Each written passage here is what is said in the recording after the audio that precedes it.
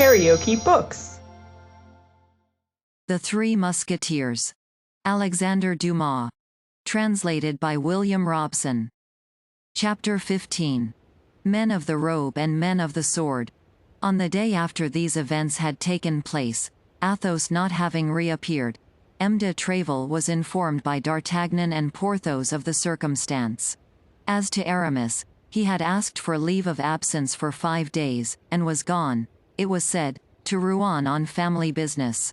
M. de Treville was the father of his soldiers. The lowest or the least known of them, as soon as he assumed the uniform of the company, was as sure of his aid and support as if he had been his own brother. He repaired, then, instantly to the office of the lieutenant criminel. The officer who commanded the post of the Red Cross was sent for, and by successive inquiries they learned that Athos was then lodged in the Fort l'Evêque. Athos had passed through all the examinations we have seen Bonacieux undergo. We were present at the scene in which the two captives were confronted with each other. Athos, who had till that time said nothing for fear that D'Artagnan, interrupted in his turn, should not have the time necessary, from this moment declared that his name was Athos, and not D'Artagnan. He added that he did not know either M.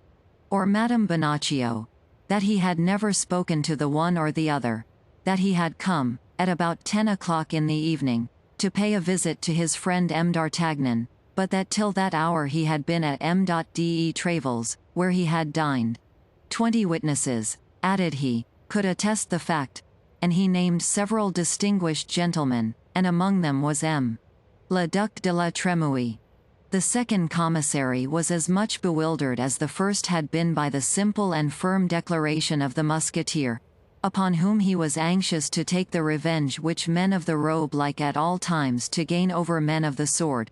But the name of M. de Treville, and that of M. de la Trémouille, commanded a little reflection. Athos was then sent to the cardinal, but unfortunately the cardinal was at the Louvre with the king. It was precisely at this moment that M. de Treville, on leaving the residence of the lieutenant criminel and the governor of the Fort l'Evêque without being able to find Athos, arrived at the palace.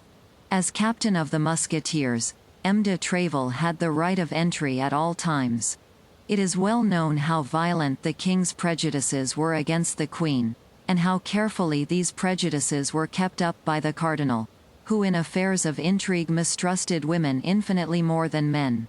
One of the grand causes of this prejudice was the friendship of Anne of Austria for Madame de Chevreuse. These two women gave him more uneasiness than the war with Spain, the quarrel with England, or the embarrassment of the finances.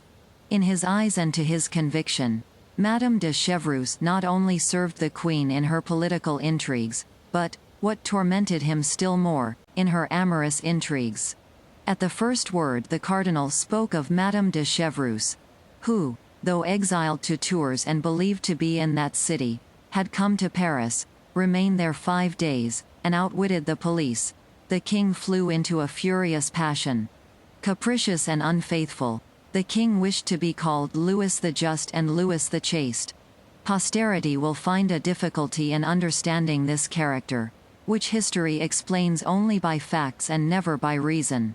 But when the cardinal added that not only Madame de Chevreuse had been in Paris, but still further, that the queen had renewed with her one of those mysterious correspondences which at that time was named a cabal, when he affirmed that he, the cardinal, was about to unravel the most closely twisted thread of this intrigue, that at the moment of arresting in the very act, with all the proofs about her, the queen's emissary to the exiled duchess, a musketeer had dared to interrupt the course of justice violently, by falling sword in hand upon the honest men of the law, charged with investigating impartially the whole affair in order to place it before the eyes of the king. Louis XIII could not contain himself, and he made a step toward the queen's apartment with that pale and mute indignation which, when it broke out, led this prince to the commission of the most pitiless cruelty. And yet, in all this, the cardinal had not yet said a word about the Duke of Buckingham. At this instant M. de Treville entered, cool, polite, and in irreproachable costume. Informed of what had passed by the presence of the cardinal and the alteration in the king's countenance, M. de Tréville felt himself something like Samson before the Philistines. Louis XIII had already placed his hand on the knob of the door. At the noise of M. de Tréville's entrance he turned round. "You arrive in good time, monsieur," said the king, who, when his passions were raised to a certain point, could not dissemble.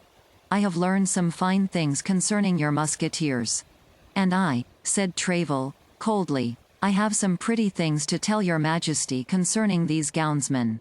"What?" said the king, with hauteur.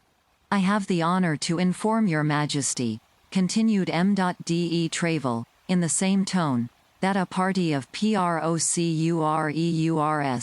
commissaries, and men of the police, very estimable people, but very inveterate, as it appears, against the uniform, have taken upon themselves to arrest in a house, to lead away through the open street, and throw into the Fort l'Évêque, all upon an order which they have refused to show me, one of my, or rather your musketeers, sire, of a reproachable conduct, of an almost illustrious reputation, and whom your majesty knows favorably, Monsieur Athos."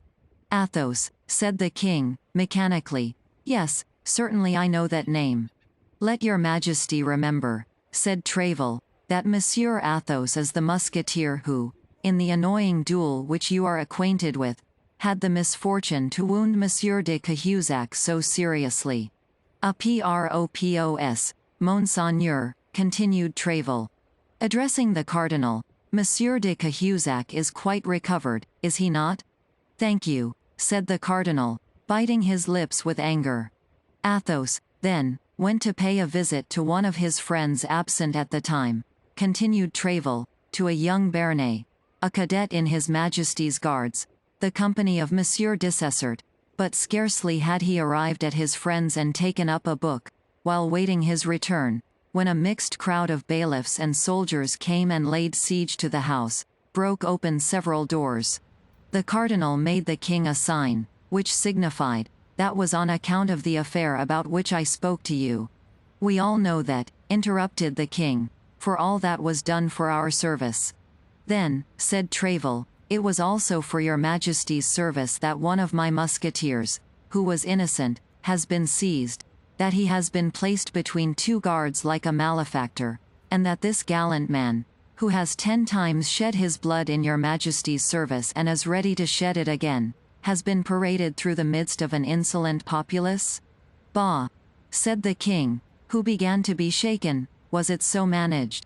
"Monsieur de Tréville," said the cardinal, with the greatest phlegm, "does not tell your majesty that this innocent musketeer, this gallant man, had only an hour before attacked, sword in hand, 4 commissaries of inquiry, who were delegated by myself to examine into an affair of the highest importance." "I defy your eminence to prove it," cried Tréville, with his Gascon freedom and military frankness.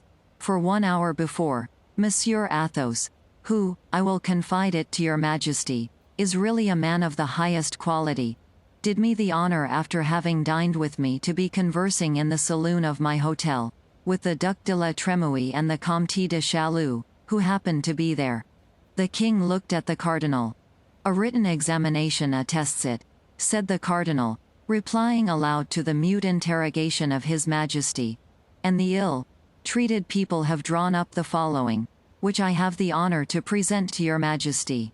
"And as the written report of the gownsman to be placed in comparison with the word of honor of a swordsman?" replied Tréville haughtily. "Come, come, Tréville, hold your tongue," said the king. "If his eminence entertains any suspicion against one of my musketeers," said Tréville, "the justice of Monsieur the Cardinal is so well known that I demand an inquiry." "In the house in which the judicial inquiry was made," continued the impassive cardinal, "there lodges, I believe, a young Béarnais, a friend of the musketeer." "Your eminence means Monsieur d'Artagnan." "I mean a young man whom you patronize, Monsieur de Tréville." "Yes, your eminence, it is the same." "Do you not suspect this young man of having given bad counsel?" "To Athos, to a man double his age," interrupted Tréville. No, Monseigneur. Besides, D'Artagnan passed the evening with me. Well, said the cardinal, everybody seems to have passed the evening with you. Does your eminence doubt my word? Said Tréville, with a brow flushed with anger. No, God forbid, said the cardinal. Only, at what hour was he with you?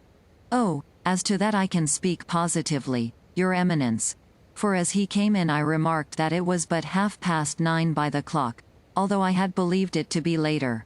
At what hour did he leave your hotel? At 10:30, an hour after the event.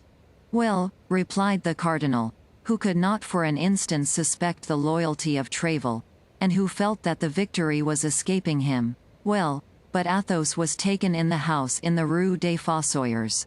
Is one friend forbidden to visit another, or a musketeer of my company to fraternize with a guard of Dessessart's company? Yes, when the house where he fraternizes is suspected. That house is suspected, Tréville, said the king. Perhaps you did not know it? Indeed, sire, I did not. The house may be suspected, but I deny that it is so in the part of it inhabited by Monsieur d'Artagnan, for I can affirm, sire, if I can believe what he says, that there does not exist a more devoted servant of your majesty, or a more profound admirer of Monsieur the Cardinal. Was it not this D'Artagnan who wounded Jussac one day, in that unfortunate encounter which took place near the convent of the Carmes de Chasses? Asked the king, looking at the cardinal, who colored with vexation. And the next day, Bernajoux. Yes, sire, yes, it is the same, and your majesty has a good memory.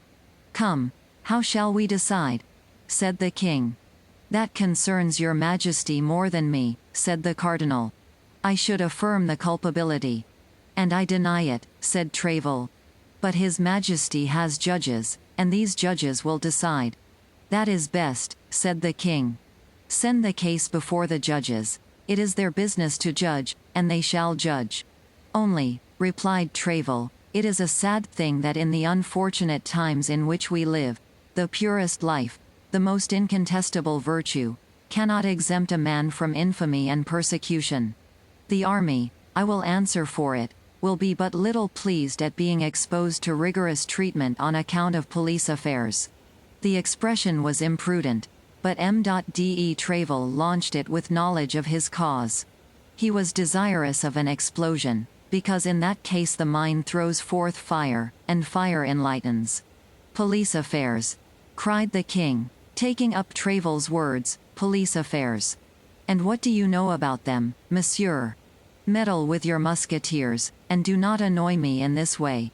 It appears, according to your account, that if by mischance a musketeer is arrested, France is in danger. What a noise about a musketeer! I would arrest 10 of them. Ventrebleu, 100. Even, all the company, and I would not allow a whisper. From the moment they are suspected by your majesty, said Tréville, the musketeers are guilty. Therefore, you see me prepared to surrender my sword, for after having accused my soldiers, there can be no doubt that Monsieur the Cardinal will end by accusing me. It is best to constitute myself at once a prisoner with Athos, who is already arrested, and with D'Artagnan, who most probably will be. Gascon-headed man, will you have done? Said the king. Sire, replied Tréville, without lowering his voice in the least, either order my musketeer to be restored to me, or let him be tried. He shall be tried, said the cardinal. Well, so much the better. For in that case I shall demand of his majesty permission to plead for him. The king feared an outbreak. If his eminence, said he, did not have personal motives. The cardinal saw what the king was about to say and interrupted him. Pardon me, said he, but the instant your majesty considers me a prejudiced judge, I withdraw. Come, said the king, will you swear, by my father, that Athos was at your residence during the event and that he took no part in it? By your glorious father, and by yourself, whom I love and venerate above all the world, I swear it. Be so kind as to reflect, sire, said the cardinal. If we release the prisoner thus, we shall never know the truth. Athos may always be found, replied Tréville, ready to answer, when it shall please the gownsman to interrogate him. He will not desert, Monsieur the Cardinal, be assured of that. I will answer for him. No, he will not desert, said the king. He can always be found, as Tréville says. Besides, added he, lowering his voice and looking with a suppliant air at the cardinal, let us give them apparent security, that is policy. This policy of Louis XIII made Richelieu smile. Order it as you please, sire. You possess the right of pardon. The right of pardoning only applies to the guilty, said Tréville, who was determined to have the last word, and my musketeer is innocent. It is not mercy, then, that you are about to accord, sire, it is justice. And he is in the Fort l'Évêque? Said the king. Yes, sire, in solitary confinement, in a dungeon, like the lowest criminal. The devil, murmured the king. What must be done?